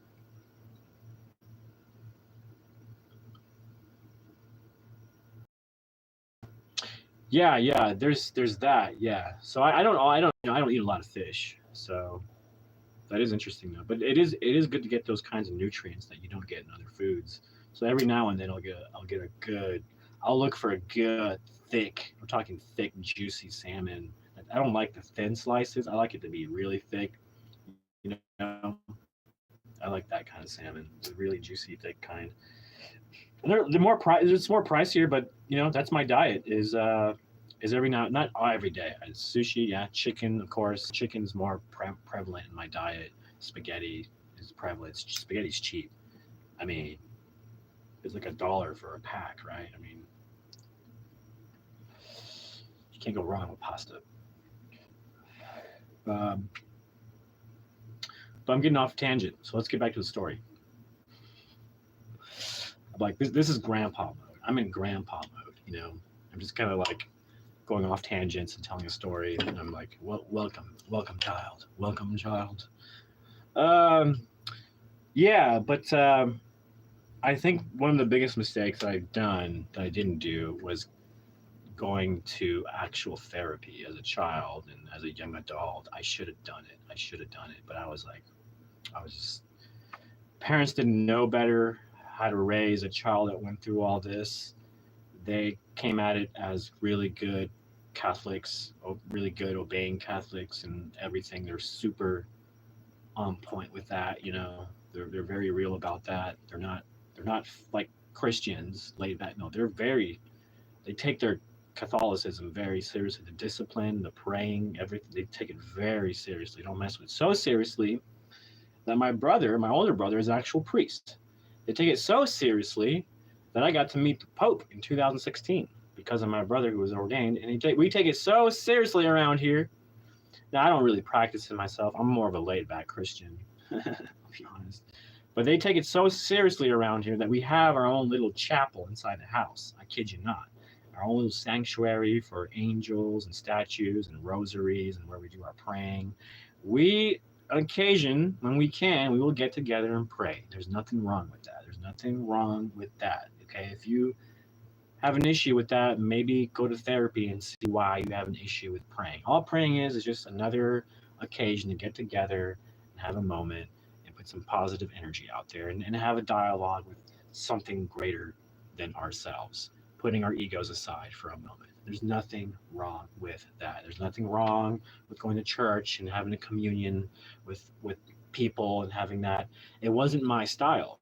For the longest time, we used to go to church all the time as kids in Miami, in France, in Italy, in Argentina. We never missed a Sunday.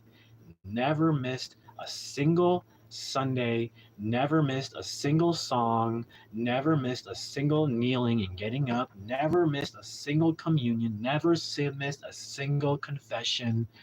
And I'm one of the lucky ones because nothing happened to me. I didn't get molested or anything. I've heard the stories, and in our family and everyone we know, like nothing has ever bad happened. Those are like those rare moments and weaknesses that all humans have their own weaknesses and their own weird psychological problems, right? And I just thank God that was not something I had to go through. So thank God. Um, but yeah, I was never into it. I did it all because it's what our parents told us we had to do, and they're the authority. And for the longest time, they were like, "Oh shit, I better do what they say," And it was like that because I was traumatized.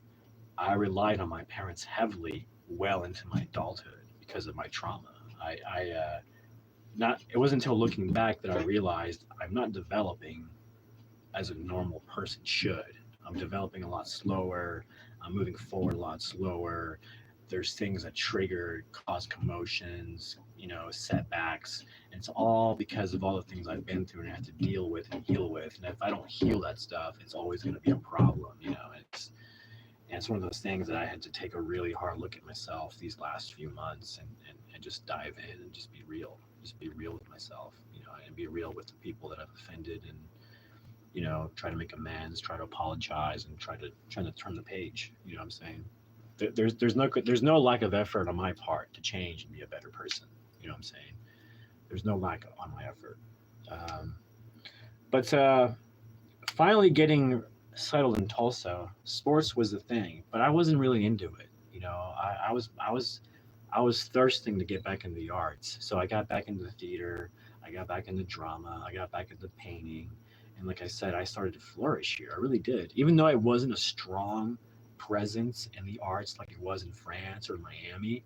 I was still able to do it, which was nice. They still offered an art class here and there in school. Like it wasn't as intense and sophisticated as the school in France or the school in Miami, but at least it was still considered one of the best schools in the town. Union, what I'm saying, but it wasn't as good as these places that I went to. So going to Union was like, this place is ugly. It's ugly. The classrooms are ugly. Some of the teachers are ugly, like not physically, but like vibe. It's like they were there because they needed a job. You know what I'm saying? It was that kind of thing, and it wasn't like because they loved teaching necessarily. Some people had the knack. You could tell they really liked doing it. I had an English teacher who loved teaching English and literature and this, and a few other teachers who loved art. You know what I'm saying? Like you could tell they love it. They have a passion for it. They have a passion for teaching and sharing. But some people were just there because they had to fill a role, and those were the worst kinds of teachers. And I only got to experience that here in Tulsa. I guess because Miami seemed to have it down, but like France, Nice, Valbonne was such a small town that it was easy for there to be a teacher there who really wanted to be there and was like really uniquely skilled, right? The sophisticated school. There was not a lot of kids. It was a smaller town, you know. And so when you go to Tulsa, when I went to Tulsa and I went to Jarman was a little bit bigger than the school in France. It was a little bit bigger, but I remember it being just so ugly. There was like no windows, and I always like one of the things that I asked as a kid was like, why aren't there any windows in these schools? And so well, because we had tornadoes, and because it could be a dangerous thing to have windows. And I was like, maybe, maybe it's a way to keep the cost down by saying it's for tornadoes. I think it's conspiracy because there hasn't been a freaking tornado causing any damage around these parts, as far as I know. The tornadoes happen where there's a plain stretch of land, which usually you'll find like homesteaders and trailers in those areas. That's why every time you look at the TV and there's like homesteads and trailers all ripped apart, it's because they're usually set up in a very straight, plain kind of area. You need that for tornadoes to happen. So as far as I know, so every time you look at tornado damage, it's those plain areas. And as far as I know, Tulsa is like this: hills, hills, hills, hills. So it's like you're telling me all the schools, all the elementaries don't have windows. They feel like prisons for these kids. All the walls are like nasty ass bricks like this on top of each other, painted white. Like, oh, look at this sophisticated school we built. It's so much bullshit. Oh my god, so they fucking cheaped out on schools in Tulsa here compared to the schools I went to Miami and fucking France. I can tell you as an outsider, they fucking skimmed out. They did something. I don't know what they did with that money. Why they supposedly make a lot of money for. Where does it go? Where does it go? It's just speculation. I'm not saying this is what it is, but as a kid and looking back and going, oh, I went to more sophisticated schools. How come these schools are considered to be the best schools in the district feel like prisons and cheap and built like warehouse block pieces of craps? They're not nice. They're not concrete. They're not sophisticated at all. Like they're just so cheaply done. And this is the best Tulsa has to offer to us kids. Wow, it's bullshit. A bullshit. Calling it out. Bullshit. Bullshit. As an outsider coming in, I can tell you my experience as a kid going to school here was like here compared to going to school in Miami in France. It's like right in Argentina. I didn't go to school in Argentina, but I got to visit my cousins once, and they have uniforms. You have to wear a uniform, and it's not even private. It's mandatory in some public schools to wear a uniform in Argentina. So you got these like kids dressed in business attire, ties, the outfits, ladies in dresses. This is in Argentina, and their education is top notch, better than here. I'm telling you, it's so much better, and it's just a lot more sophisticated. Right? When you come to the States here, it's just trash, complete trash, dude. It's so, and they're so big in the football. I get it. Football's huge. You know, kids getting the band. That's great. You got sports. That's great. No complaints there. That's great. But god dang, they skipped out so much, man. They did. They skipped out for kids here a lot, just from my own experience, because of tornadoes that never happened ever here. There was once a tornado that touched down here on 71st for like 2 seconds, and it wasn't even that strong. Yeah, man. Yeah, and the thing is, I have to be careful what I say because I get like strikes on here for being honest and saying I gotta be careful. I can't say this is how it is because then I get a strike. It's like I don't have facts. I don't have nothing. I'm just telling you my opinions for entertainment purposes. Wink, wink. And you know, my journey that I'm on. Yay! And I could be completely wrong. Yeah, I'm wrong about what I'm saying. You know, and you should take the advice of what they say on TV and the pharmaceutical companies and the education. You should take their advice. Wink, wink, wink, wink. I have something in my eye. Sorry. But you know, but you got to be. But I get why they do that. It's not as cynical as it is because anyone can have an opinion, and an opinion could be taken as fact, and that is a real issue. That's not to be messed with. That's a real thing that happens. So yes, it makes sense that YouTube has those restrictions and strikes and copyrights because they're protecting other people. They're protecting facts. They're protecting. Unfortunately, well, I should reword it better. Fortunately for us, corporations make a lot of money and are able to do things for us. Let's put it that way. I'm just going to say it that way. They do things for us, and we have to comply in a lot of ways, and we don't really have a say so, do we? If we really think about it. But it's just human nature. Corporations is just more human nature. It's human nature to centralize the way we do things for more power. Corporate grocery stores, Walmart, you know, that is a natural occurrence from people wanting to centralize where people get food and where people make money. They don't want mom and pop shop food stores making money. They want the big chain making money because at the top there are people who really want that power and want that money. And they're willing to take everybody out of business, all the locals. And the thing is, that's just human nature. That's just top dog winning. That's just human nature. You cannot complain about that. It is what it is. It's not what it's not. You can say, oh, that's unkind. Look, that's just life. Life is tough. You got to have that resilience I'm talking about. I'm telling you about. You got to have that resilience. You will be tested. You may fail, you may prevail, but there's one thing for sure. If you fall, and sometimes it happens, you get depressed, you drop your vibe, you want to quit because of this, or because he said this, or because you're banned, or because of this. It's a fucking war. But guess what? You don't quit. You don't quit because you have the resilience enough to get through it. This is nothing compared to everything I've been through as my childhood and everything else. This is a cakewalk. It doesn't even bother me. A lot of it is just frustration, but it doesn't really bother me at the end of the day. It's just something to be dramatical about. But, and that's the thing, you cannot have worries and stuff pulling you down. You can have people's opinions pull you down. You can't allow people banning you from a certain place pull you down. Oh, you got kicked out of a movie because so and so said this. Who cares? There's going to be another movie pop up somewhere else, and guess what? Did you learn your lesson?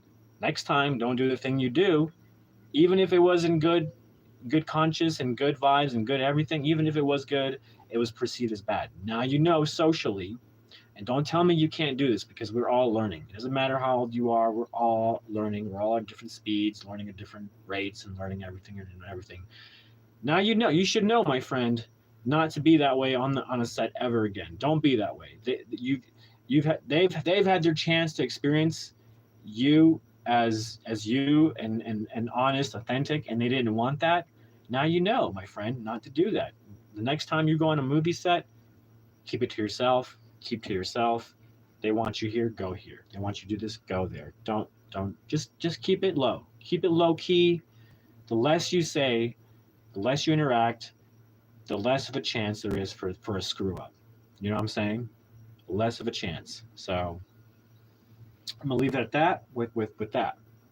That's something I learned the hard way too. So you're not the only one. If you're watching, if you're gonna watch this later. But yeah, this is going on for a minute, so an hour, 30 minutes. So, but like I said, if you're new to the channel, if you like what I'm doing, what I'm saying, subscribe to my channel, give me a like, give me a share, all that good stuff. The YouTube usuals, as they say.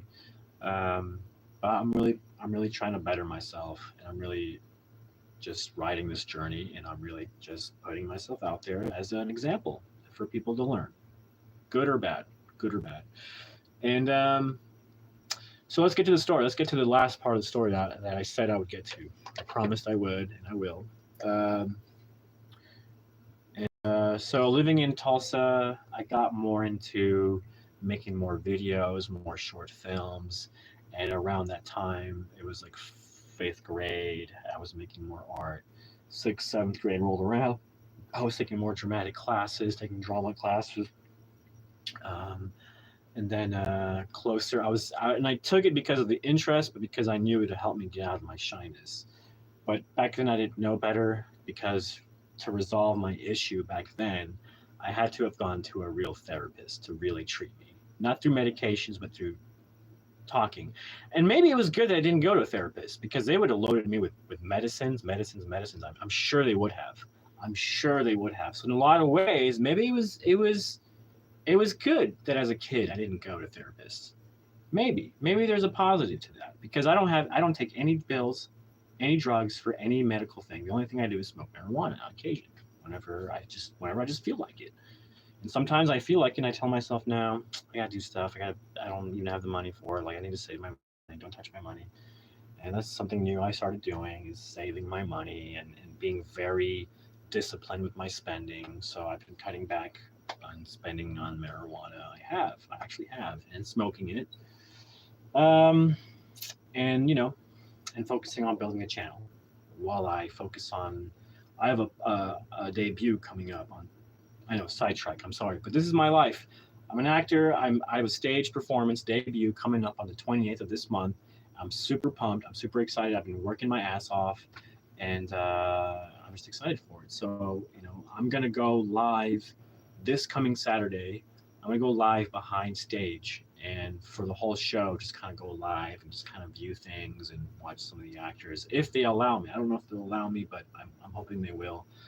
And that'll be really cool to watch behind the scenes this Saturday of that stage play, The Drunkard, at the Spotlight Theater. You'll get exclusive behind the scenes footage here on this channel of that, and it'll be a lot of fun. It's going to be a lot of fun because the show is a lot of fun, and people miss out. People don't realize who it is and how much work goes into it. I mean, I've been working with them for about a year.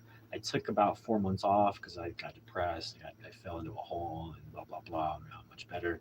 But now that I'm back, I'm putting all my time and effort into the lines and the blocking and the show. So I got to buy some makeup and some costumes coming up. I'm excited about. And yeah, just get ready for the show. So, but I've always been an actor, and I've always been behind the camera, in front of the camera. I've always been doing some performance or something, So it's not unusual, it shouldn't be a surprise to anyone that I act on stage or act on screen or do art or do this or that, music. It shouldn't be a surprise at all. I've been doing it my whole life, So yeah. When one of the things that really, so I'm gonna get to the point where the thing that really traumatized me here in Tulsa, and it was another miracle, I would say, because Tulsa has actually one of the best facilities for this type of illness. It is an illness that I got while living in Tulsa, and so it's almost a coincidence. Maybe it's a miracle. Maybe it's fate that I came to Tulsa to be treated for this illness because, like I said, it's one of the best in the States. And so I got lucky. With that. But I remember getting diagnosed and the doctors saying that this was it. This was going to kill me. I remember them saying that to my mom, and then me just kind of overhearing it. So they were saying that was it. My numbers were really high as far as the illness and all that. They were just tremendous, off the charts. They were like, yeah, he's done. He's cooked. I'm saying it that way. They didn't say it that way, but they were saying pretty much he's done. Make your goodbyes, make your amends, and whatnot. And me coming from a family of, like I was saying, really disciplined Christian Catholics who believe in God, believe in the power of prayer, and believe in wholeheartedly believe in all this stuff. They really do. It's not they don't there's no doubt, a single ounce of doubt in my mom about what she believes in.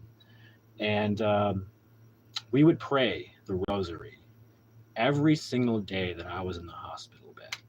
Every single day, every single night, my parents crying, me praying the rosary with them every single night with the intention of healing and getting better and being there for my parents. And just, that was the trade-off. I was like, God, if I can keep my life, I will be here for them, and I will do my best at life. Whatever I can do, I'll do my best, right? And that was kind of the first, at 13 years old, having to deal with this illness that was deadly, and the doctor was saying I was going to take my life at 13 years old. It never fazed me. For some reason, my mom praying next to me every single minute of my life, day and night, my dad coming in and visiting, doing the same thing. He would leave because he couldn't take it. I could see him crying, and he probably cried at home a lot. And he just, and never once did I think, or did I accept what they said. Never did I accept it. Never did I said, oh, okay, I agree with you, doctors. Now, again, this is my opinion, my life. I'm not saying you should disagree with doctors. This is what I'm saying I did in my head. I was like, no, I don't know you. I'm sticking with my family, and I'm going to do the things Obviously, I want the doctors to do their best. I'm not saying they're not doing their jobs. They said that, but they were going to do everything in their power to do whatever they could to save me. So it wasn't like, oh, they were just saying prepare because like he's cooked and we're going to do everything we can. So we'll start with surgeries first, and then we'll do the treatments, and then we'll go even further, one step further, right? Which is the chemo. So that probably gave away what I had. So I had a tremendous cancer, uh, and it was a tumor basically that grew. It was cancerous, and the miracle was that it hadn't spread all over my body. It was contained in a singular spot. Like it just kept growing as a singular thing. And I've always knew there was something weird going on, but I was shy, I was disturbed, from everything else I was already dealing with as a child. And then now this happens, and I knew something was off, but I kept it to myself. And that was one of the first lessons was to speak up when something goes wrong immediately. And I've had other lumps after that, and I spoke up immediately. And the doctor said because I was so fast in finding those lumps and being courageous enough to go to a doctor and be like, look, doc, I think I have something. Look, can you check? I saved my life, my own life, twice by going to the doctor straight when I thought there was something wrong. And the thing is, that's the last thing you want to happen. Believe me, that's not what I wanted to happen. I didn't want there to be another thing that I had to worry about, another thing growing. That was the last thing I wanted. So believe me, when I had another thing happening, I was like, no, please God, no, not again, not fucking again. And reality set in. It is what it is. If I am delusional about what's happening, if I don't act on this fast, it can kill me because it almost did the first time. So no fucking around. I had to be an adult about this shit. There was no time to be shy, no time to be like, oh my God, the fear, nothing. The only time I had was act fast now because this shit is serious and deadly. So I had twice after that moment of dealing with that serious deadly cancer, twice I had two scares. And before I jump ahead to the other two scares that happened later in life, we're talking about me at 13 years old going to the Pink Hospital, the St. Francis Pink Hospital here in Tulsa, and they operated on me immediately and never stopped praying, never stop praying at any minute of the day, any second of the day. We never stopped praying. After the surgery, the doctor said that there was no spread and they were able to take everything out as one piece and remove it. And they watched me and they don't have an explanation for what had happened. They don't know how it didn't spread all over my body. They don't know how it was contained in one spot. And all they had to do was take it out, watch me for a second, and they're like, you're good. Your blood results show you're free of cancer. You have nothing wrong going on right now. We just need you to go home and heal. So I went home.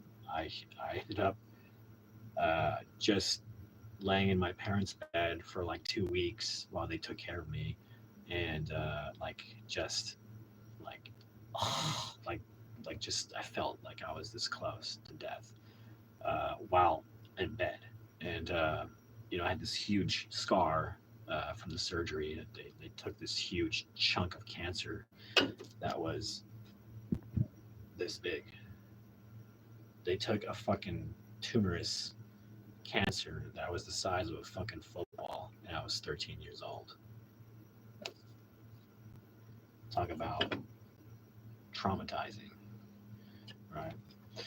So and just to be able to talk about it is I have to be in a really good spot, and it took a long time to get to a good spot where I can talk about it without it being too emotionally bad or harsh or anything. Like it doesn't even bother me. It's part of my story, but it doesn't faze me. It's weird. It's weird how comfortable I am now with everything I've been through. But yeah, it did come back, and it came back twice later in my 20s. I think it was because I was working so hard. I was working 3 jobs, and one of my jobs was a termite tech, and I was dealing with chemicals a lot. And I think dealing with all those chemicals and stuff, kind of, and eating unhealthy, kind of brought back the cancer. And I had to deal with that again. And this time we did surgery plus radiation treatments, and and just the same, prayed with my parents just like we did the first time. And I was scared, just as scared the first time as I was the second time. Luckily, like I said, it was spotted early. It was a tiny little. It was like this. It was the size of this cat pebble thing, right? And they said it could have killed me if it kept growing, right? And then there's this one other time when I finished college. I went through TCC. I went to TU. I had one last treatment of radiation and surgery, and uh, the treatments are repetitive, right? You go in every certain day and do it, and you get. I actually got tattoos. They're these little dots, and these dots they use to align the machine that you sit in and or stand, whatever. And so they line the machine with the tattoo dots that you have. So they line it perfectly to where they need to shoot this radiation treatment. It's like a little tiny speck, like literally. The cancer they found was literally the size of this little dust speck. And I don't even know how I found it. I just remember like feeling something was like lumpy, tiny little lump. I was like, is that a bug bite? What is that? It's like, let me just go double check just in case I could feel if something was wrong again.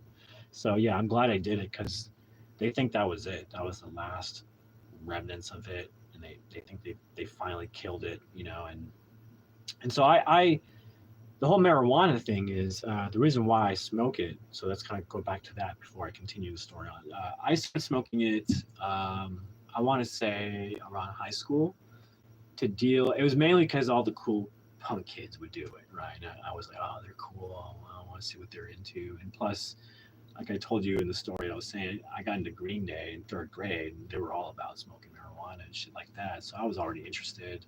And in Miami, they had this in school. They had the Dare program, so they were telling us what marijuana was, but they were also telling us not to do it. But they were telling us what it was. As before, we had no clue. So I had no interest in actually like, oh, thanks for teaching us what it is. Now I'm gonna go do it. And it was almost like an anti-effect. Like Dare was like it had a reverse psychological effect, I think. Maybe for some of us, maybe for some it worked. Like it really worked. But do you guys remember the Dare program? You had the DARI Dare to whatever, blah blah blah. Um, whatever, dude. BS, dude. Now, this is my opinion. Don't take it as facts. I don't want my channel getting striked. I've studied a lot about hemp and marijuana. There's a lot of benefits to marijuana. You can do the research, and I think that's why it's finally legal in the state in Oklahoma.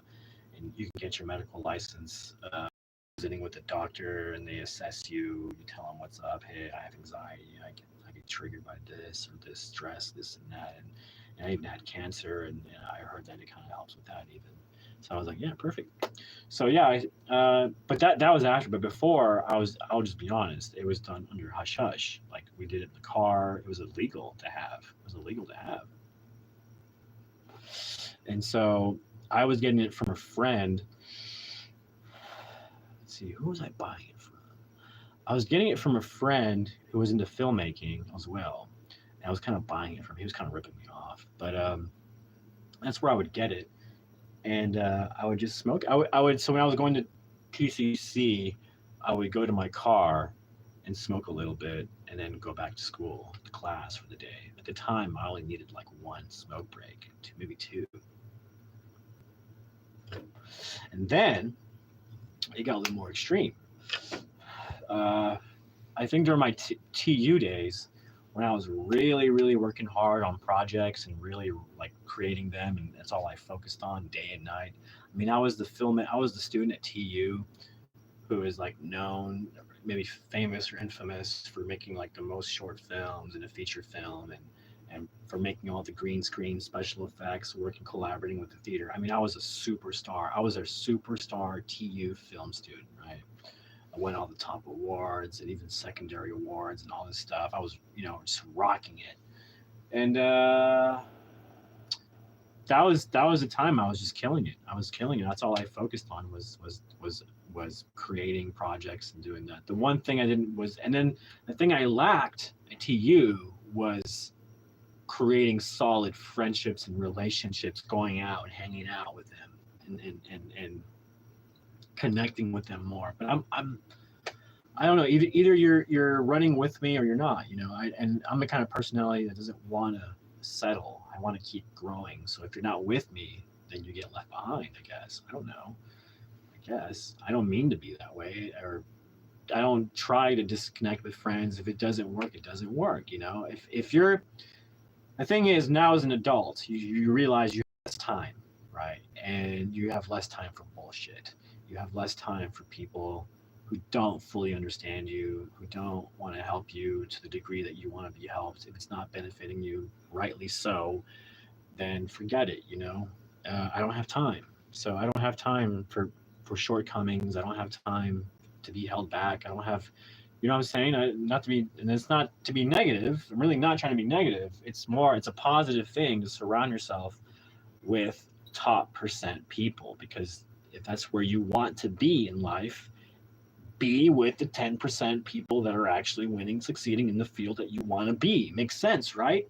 It's not a mean thing. It's not, oh, I'm out being friends with you because you're a bad person at winning, or no. It's okay. You can have those friends. It's fine. But like at the end of the day, you are who you are, who you surround yourself with. You're the 5 people you surround yourself with, right?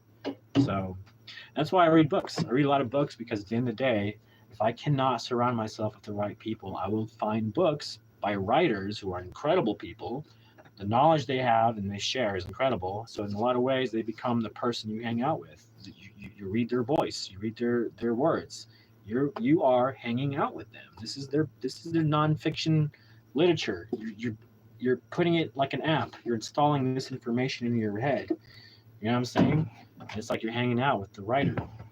So in a lot of ways, I surround myself with really good books, and I try to share the information on YouTube. I do that when I can. But yeah, TU, the third time I got it, and I got my surgery, my last surgery, and my last radiation treatment, I rang 2 bells. Really weird how it happened. It's all fate, coincidence. I couldn't have done this myself. I rang 2 bells. One was the bell for being cancer free, and I rang that bell. They have this little bell. They put little ribbons. And so for being officially cancer free after my fight with cancer since I was 13 years old, has affected my life in so many ways: physically, psychologically, economically.